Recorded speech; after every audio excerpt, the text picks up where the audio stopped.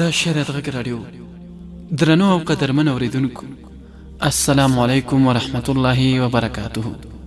په دې هیله یم چې ټول درانه اوریدونکي به روغ جوړ او د صحت جامې به مو پر تن وي. دا د یو ځل بیا ستاسې د خوښې ستور مزل خپرونه پیل شوه. د نن خپرونې کوربه مو بیا هم د تل په څېر زه عمران الدین نګمل یم. درنو او قدرمن اوریدونکو، نن درته د ستور مزل په خپرونه کې د نیشاپور شاهین داستان یا ناول 15مه برخه دراوړم. خو وړاندې له دې چې دا 15مې برخې د نشر ورپرانیزم، لومړی ورځمه د تېرې برخې وروستۍ جملې دراوړم چې 13 برخه په کومو جملو او کوم کلماتو پای ته رسېدلې وه. خو یوه هیله له تاسو لرم چې دا خپرونه را سره هم د نور خپرونو په څېر تر پایه پورې واورئ او ما یوازې پرې نږدئ. تاسې د نیشاپور شاهین داستان یا ناول په 14 برخه کې اورېدلی و چې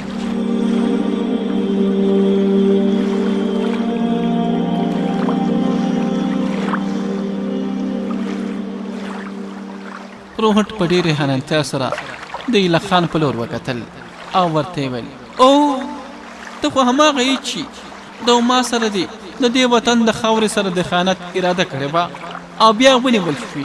ته خو هلته مهت الله کې بندي وي. د هغه ځای څه ډول اخلاص شوی؟ همت د پروهټ په خوله یوه درنده څپېړه ورکړه او ورته یې وویل: په دې خاطر د مهت الله د بندیخانې څخه راوتښتېد چې ستا په څېرې روح ناولی نه و.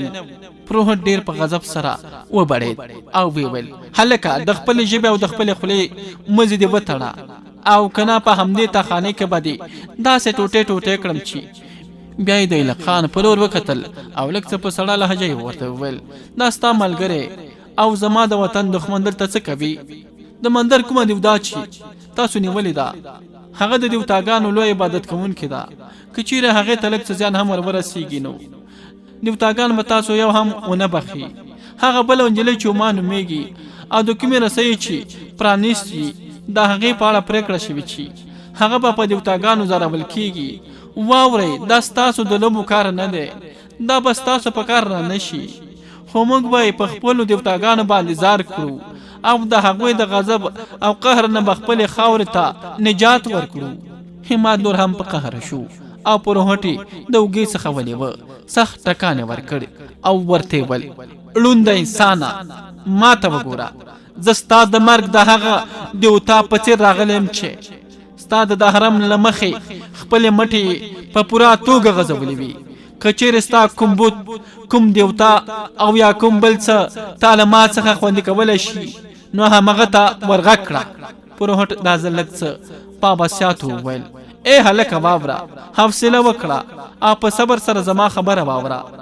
همدا اوس دې خپله ملا سمه کړه او سترګې دې پرانیزه او د دې ځای ووځه، او که نه زه به دې داسې زخمي کړم چې خپل پیدایښت به دې هم له یاده ووځي. په دغه د اسرانو ډکې تاخانې کې همت یو ځل بیا په قهر وویل: کاشکې چې ته د هندو د حرم د پروهټ په ځای کوم کشتري وای نو تر اوسه به مې ستا څټ وهلی و. موږ د مذهب د مشرانو درنښت کوو. زما د څو پوښتنو ځواب راکړه، خو که چېرې انکار دې وکړ او یا دې درواغ وویل نو زه به د خپلې تورې په کارولو مجبور کړل شم. پروهټ د سختې کرکې په بڼه وویل: ته تر اوسه هلک یې، ورکېږه، په خپله لاره ځه. زه ستا د هېڅ سوال ځواب نشم ورکولی. ته داسې پهلوان نه یې چې زه دې تر مخه مات شم او خپله ماتې ومنم. همت د خپلې درنې تورې څوکه د پروهټ په ستوني کې ورخښه کړه او ورته یې ویل: ګوره چې ته څنګه زما د پوښتنو ځواب نشې ویلی. پروهټ د ویرې او وحشت نه په لړزه شو، تر ډېرې پورې خبرې نشو کولی. حالات یې داسې ګرځېدلي و لکه ژبه یې چې په ستونو کې نښتې وي. بیا یې په ډېره ستونزمنه توګه خپله ژبه پرانیسته او په تړتړۍ ژبه یې ویل: رضوانه، زه ستا خدمتګار غلام یم. ستا د هرې خبرې خیال به ساتم او د هرې پوښتنې ځواب به دې وایم، خو ما مه وژنه. همت ترې په قهر سره وپوښتل: ستا هغه نه ماتېدونکی غرور چېرې ولاړو؟ پروهټ ورته په ډېرې بېوسۍ سره وویل: مهاراجا، بخښنه وکړه، زه هم انسان یم، له ما څخه غفلت شوی دی. هما د پستوني باندې د تورې د څوکې فشار راکم کړ او ورته وویل د هغه څه پوښتنه چې کوم صحیح ځواب یې راکوي او کنه په همدې تاخانې کې به دې څټ در پرې کړم او زه به په پوره خوندي توګه د دې ځای ووځم. پروهټ په لړزاند اواز وویل وپوښته مهاراج زه به درته درواغ ونه وایم.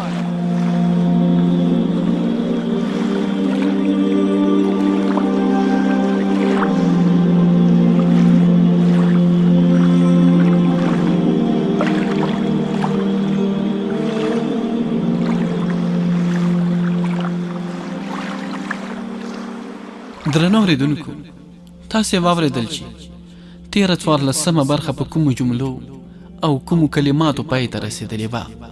15 برخې ته له دې جملې څخه دوام ورکوو. همات د پروهټ په سترګو کې سترګې ورننویستې او ورڅخه یې وپوښتل که چیرې د غزني کوم حکمران دلته په هند باندې حمله وکړي نو د کوهستان د شوالک ټول لاجګان به یو ځای د هغه په مقابل کې څومره لښکر راټول کړی شي؟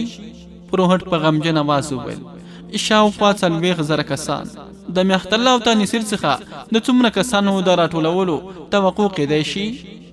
شاوخوا 15,000 کسان. د کشمیر او شمالي سیمو څخه شاوخوا 25,000 کسان. همات خاموشه شو. یو ځل بیا د پروهټ په څټ توره کېښوده او په غوړېدونکي اواز یې وویل ته هم د هغه قربانځای په لورې ورځه چیرې دی چې زما د قوم یوه لور په خپلو بوتانو د قربانۍ لپاره په رسیو تړلې وه. پروهټ واوره چې ما به هرومرو تا استاد یو داسې بخلی وای خو اوس تاسو دواړو ایله خان وپېژانده په دې خاطر ستاسو د دواړو وژل راته اړین دي. پروهټ د قربانځای په لور د تللو په وخت کې په زوره زوره چغې کړې تباهي ده تباهي. همات پرې توره راتاو کړه او په یو ګزار د هغه څټ ورپرې کړ. د بل اړخ ایله خان هم د رسیو څخه تړلی دیو داسې د ژونده لاس په سر کړی و او سر یې ترې پرې کړی و. په همدې وخت کې د مندر بیرونی برخه کې شور او غوغا واورېدل شوه. همات ایله خان ته وویل الکه وای الکه ما له ځان سره راواخله او زما تر شا راځه. کیدای شي د دې پروهټ اواز بیرون پهردارانو اورېدلی وي. هغوی به هرومرو تا خانې ته راځي. زه به د پتاخو سره نږدې هغوی تم کړم. ته ما له ځان سره راواخله او راځه. همات په یو منډه تر پتاخو پورې راغی او په پتاخو کې شته مشالونه یې مړه کړل او په درېیمې پتاخې باندې منتظر پاتې شو. ایله خان او ما هم خپل ځانونه هملته ورسول.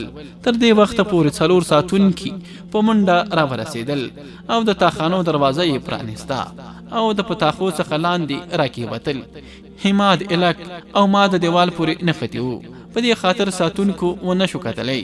کله چې هغوی 4 واړه د پتاخو څخه ښکته شول نو ایله خان غوښتل حمله پرې وکړي خو همات یې لاس ونیوه.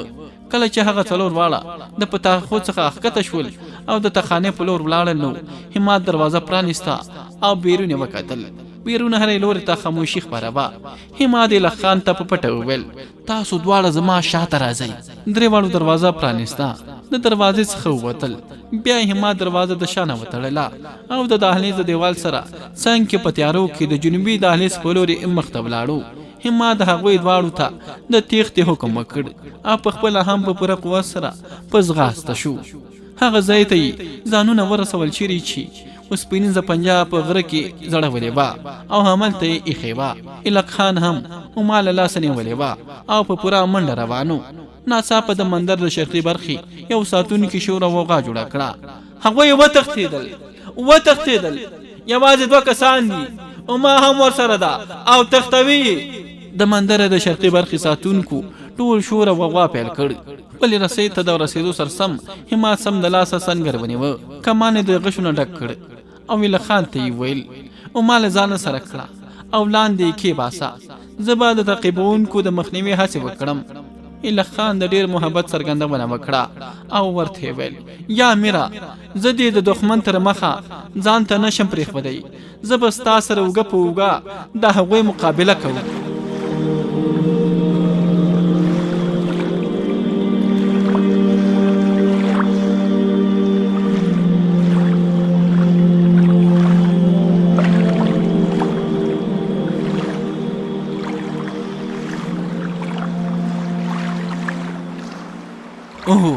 همات په سخت आवाज ورته وویل الک خانه دا زما حکم دی او مال ځان سره واخله او لاندې ښکته کړه او واوره چې د کې وتلو وخت کې چې کله د دوه رسیو جوړ راشي نو هلته کوم مناسب ځای وګوره او ما هملته په کوم ځای کې ودروه هلته رسۍ په خپل ځای پرېږده ځکه چې زه د درکې وتلو په وخت کې خپله اوسپنیزه پنجه هم له ځانه سره درکې باسم او په هماغه وخت کې به تاسو ته ووایم چې څه وخت د رسۍ په مرسته نور هم ښکته ولاړ شي او کوم وخت په غونډۍ باندې ودرېږئ او رسۍ پرېږدئ اوس ما له ځانه سره واخله او لاندې ښکته کړه ګوره هغه ساتونکي په منډه منډه را روان دي زه به هغوی هملته لرې تم کړم الا خان لومړی ما سره مرسته وکړه او هغې د رسۍ له لارې لاندې کې ویستله په خپله یې هم رسۍ ونیوله او لاندې کې وتو 3-4 ګزه لاندې کې وتو سره سم الا خان ما ته وویل ما ته قرار لاندې کې وځه زه به همدلته پاتې شم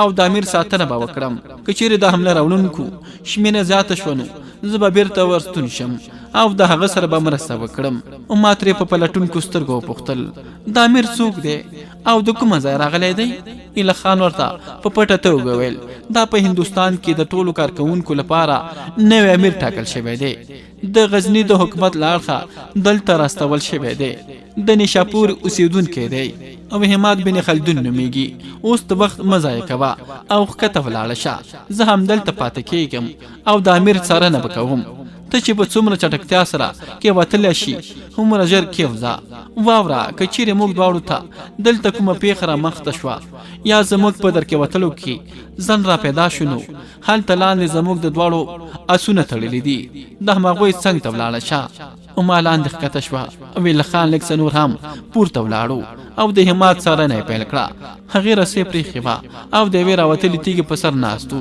او د همات په لورې کتل کله چې د مندر ساتونکي په منډه منډه د همات لورې ته راغلل نو همات د یوه تیږې شاته کېناست او په هغوی د غشو باران وبراوه تر ټولو مخکې راتلونکي 15 کسه ساتونکي د هغه د غشو ښکار وګرځېدل او له منځه ولاړل د دوو نورو ساتونکو هم هغه وخت سرونه وخوړل شي د همات په لور د راتلو هڅې کولې د هغوی شاته څو نور ساتونکي و چې د همات په لور د راتللو هڅې کولې هغوی بیرته شاته وتښتېدل او مندر ته ورننوتل په تیږه ناست ایله خان وکتل چې د مندر 15 ساتونکي د خپلو تورو سره یو ځای د همات په لور د هغه تر شا حمله کوونکي دي هغوی همات ته ډېر رانږدې شوي وو کیدای شي چې دا د هغو ساتونکو چالو چې همات په خپله مخکینۍ برخه کې مصروفه ساته او د فریب نه په کار اخیستلو سره د هغه تر شا پورې د حملې کولو هڅه وکړه ایله خان په یو ټوپ ځان پورته ور وخېژاوه او چیغه یې کړه یا امیره شاته دې وګوره چې دښمن در باندې حمله کوونکی دی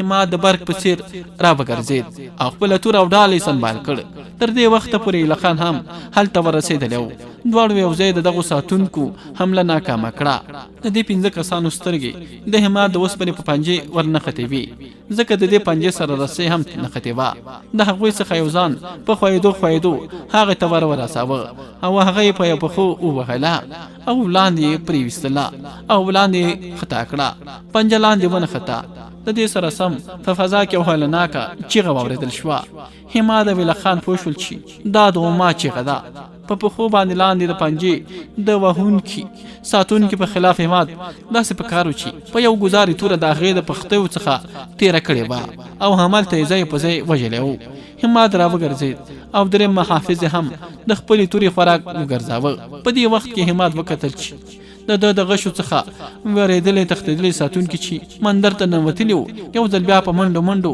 د هغه په لور را روان دي همات لږ څه شاته شو او سمدلاسه خپل سنګر ونیوه او ایله خان ته ویل دا دواړه سنبال کړئ لکه زه به د مندر له لورې د راتلونکو سره معامله خلاصه کړم همات په ځمکه ګونډه ووهله او بیا یې د مندر څخه په راتلونکو ساتونکو باندې د غشو باران پیل کړ هغوی یو ځل بیا وتښتېدل مندر ته ننوتل همات راپورته شو خپله توره یې سنبال کړه او د ایله خان سره په جنګ کې د نښتو ساتونکو په لور ورغی په هغوی حمله وکړه او دواړه یې د تیغه تیر کړل همات هغه ځای ته راغی چیرې چې اوسپنیزه پنجه نښتې وه خو هغه په ډېرې ناهیلۍ سره وویل ایلکه رسۍ لاندې پرېوتې ده زه د عما د ژوندانه څخه هم ناهیلی شوی یم راځه چې په تیږو پښې کېږدو او لاندې ښکته شو هسې نه چې د مندر ساتونکي یو اوږد چکر ووهي او د شمال له اړخه د غره دغه لاندې برخې ته راشي او زمونږ مخه ونیسي او زمونږ د دواړو د ژوندانه هیلې هم له منځه ولاړې شي.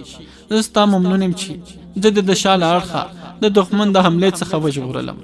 ایله خان ورته په ډېر انکسارۍ سره وویل یا امیره دا زما فرض و، تا ته زما د شکرې د ادا کولو ضرورت نشته.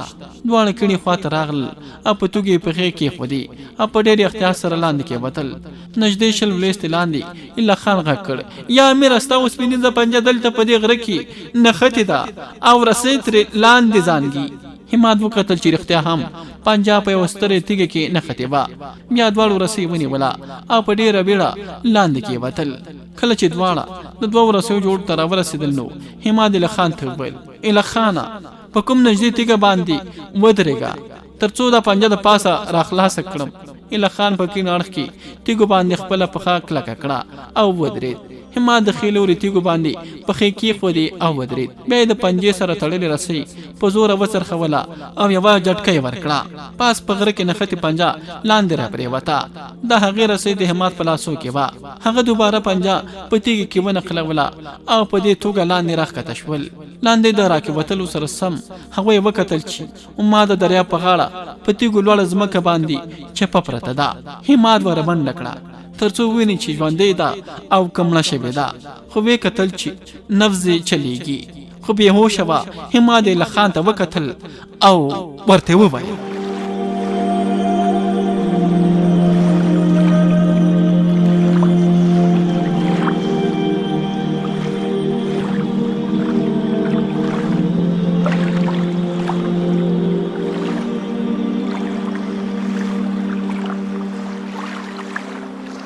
الکه و الکه وما را واخله او د آسونو په لور راځه، زه دا رسۍ تاوم او درځم.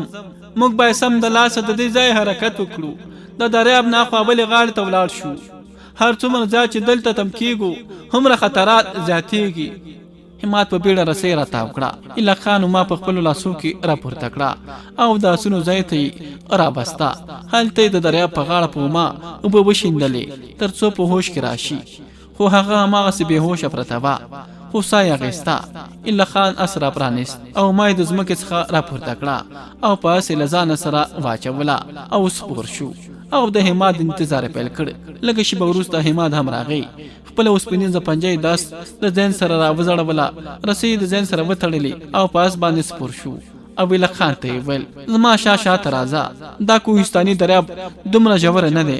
زیات نه زیات 3 لاسه اوبه لري او موږ کولی شو د خپلو آسونو سره یو ځای ترې په اسانۍ سره هغه بلې غاړې ته تیر شو. د دې خبرې سره سم هماد خپل اس دریاب ته ور وغورځاوه او ایله خان هم تر شا په دریاب کې روانو. د دریاب هغه بلې غاړې ته د ورسېدو سره سم د جنوب په لور روان شول او آسونه یې تر خپله وسه پورې ځغلول. د ایله خان په لاس کې 10 واګې او په بل کې د عما نفس نیولی و. هغه یې احساسوله چې د عما نفس لا تر اوسه پورې کار کوي. 5 میله لرې یو ناڅاپه ایله خان چیغه کړه هماد و هماد تم شه، د عما نفس ډوب شوی دی.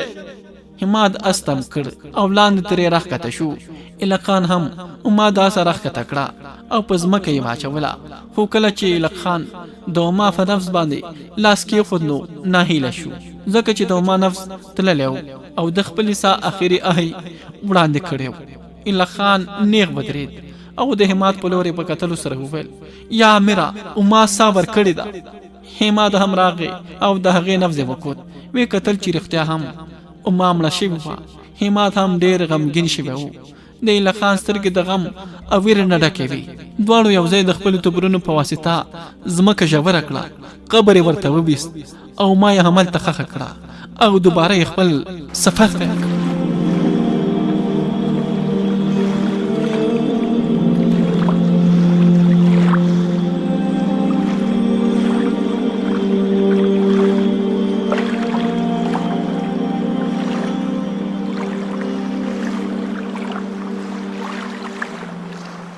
هو بلې درنو اورېدونکو، یو ورځ په داسې حال کې چې لمر د غر په تاخانو کې پټېدونکی و، هماد او ایله خان د سرسوتي د دریاب په غاړه د جنوب لوري ته روان وو. هغوی د بهیم سیند نه څو مایله لرې د خپلو آسونو څخه راښکته شول.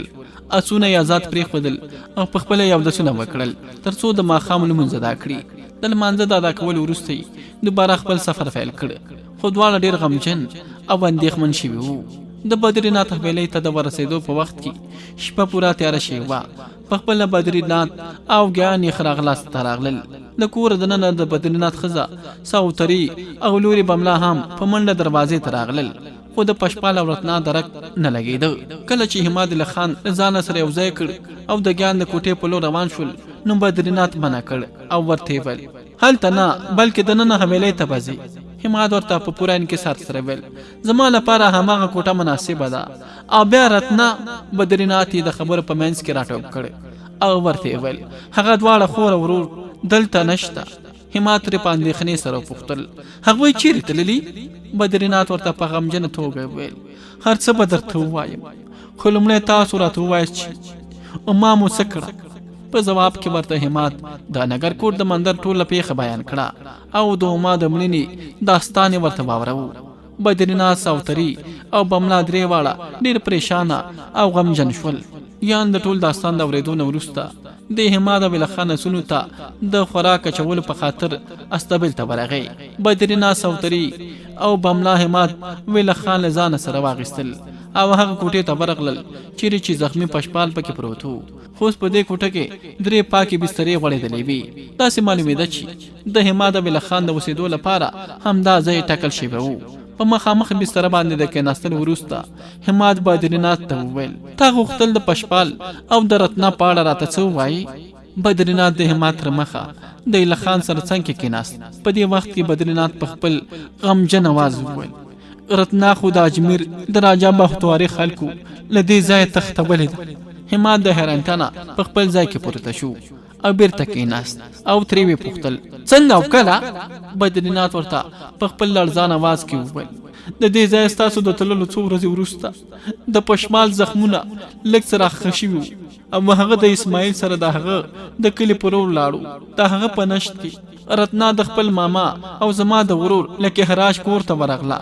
زما د همدې ورور زوی راجن د رتنا سره نکاح هم شوې ده. کېدای شي چې تاسو به په دې اړه هم خبر یاستئ. ریپت خورا د یوې مودې راهیسې د رتنا پسې دی تر څو ځان ته عباده کړي. په دې خاطر د هغه مور او پلار دواړه وژلي دي. هلته د لک حراج په کور کې لا د رتنا 2 ورځې نه وې تېرې شوې چې د رای بختهورا کسان به هم ته را داخل شول. بدقسمتۍ سره چې رتنا هغه وخت په کوڅه کې به د رای بختهورا کسان هغه وکتله او وې پیژندله. رتنا هم هغوی وپیژندل او په منډه یې ځان د خپل ماما کور ته ورساوه. خو د راجا کسان هغه کور ته ورننوتل او رتنا یې د هغه ځایه په زوره وویستله. زما ورور او د هغه د کورنۍ نور خلکو د راجا د خلکو سره مقابله وکړه، خو هغوی یې ټول وباژل او رتنا یې ترې پورته کړه او اجمیر ته یې له ځانه سره یوړه. ما د پشپال د راغوښتلو لپاره خپل یو کس د اسماعیل کلي ته ولېږه. بله ورځ پشپال هم راورسېد او بیا دلته د تم کېدو پرته د اجمیر په لور روان شو. ویل یا د رتنا عزت خوندي کوم او یا به د هغې په عزت باندې ځان زار کړم. خو کله چې پشپال د هغه ځای راستون شو نو د هغه د خبرو څخه داسې ډاګېزېده چې د مسلمانانو څخه یې ډېر اغېز اخیستی دی. حماد ورته ډاګېزه کړه چې پشپال مسلمان دی او هغه زما په لاسو مسلمان شوی دی، هغه اسلام منلی دی. بدرینات په عجیبه توګه ساوتري او بملا ته وکتل او بیا یې خپله خبره د حماد په لور راوګرځوله. ما څو کسان اجمیر ته استولي وو، هغوی بیرته راستانه شوي او ویې ویل چې یوه میاشت وروسته راجا بختهورا د خپلې لور کلیزه لمانځي او بیا د راجا د خپلې لور د کلیزې د لمانځلو په 2مه ورځ رای بختهورا د رتنا سره واده کول غواړي. د بیرته راغلو هغو کسانو وینا ده چې رتنا هلته په اجمیر کې د یوې بندې په څېر اوسېږي. خو د پشپال درک لا تر اوسه نه دی معلوم چې هغه هلته په اجمیر کې په کوم ځای کې دی. دوی به یو ځل بیا اجمیر ته لېږم تر څو د رتنا د خلاصون لپاره څه وکړی شي. حماد په ژور فکرونو کې ډوب ناست او ویې ویل رتنا او پشپال باید ځان ته پرې نه ښودل شي. زه به سبا د ایله خان سره یو ځای هغه لوري ته ورځم. زه به هڅه وکړم چې هغه د کلیزې د لمانځلو نه مخته راخلاصه کړم. که بریالی نه شم نو بیا به د کشتري په کالیو کې په دغه لمانځنه کې برخه اخلم. کېدای شي چې که چیرې په دغه لمانځنه کې مې وګټله او د راجا لور کنشنا یې ماته واده کړه نو بیا به راته د رتنا ازادول اسانه وي. ساوتري او بملا بیرون ووتلي. بدرینات حماد ته وویل که چیرې تاسو دواړه هغې لوري ته ورځئ نو د احتیاط نه مه کار اخلئ او که چیرې د چا سره مو جنګ پیدا شو نو د هغه د ملا لاندې گزار مه کوئ، ځکه په کشتري د حرم کې د ملا لاندې ځای باندې گزار کول ګناه ده. ایله خان خاموشه شو، ځکه سوتري او بملا له خپله ځانه سره د خوراک ساغ شیانه وړي وو او بیا ټول په همدې کوټه کې کېناستل او یو ځای ډوډۍ وخوړل.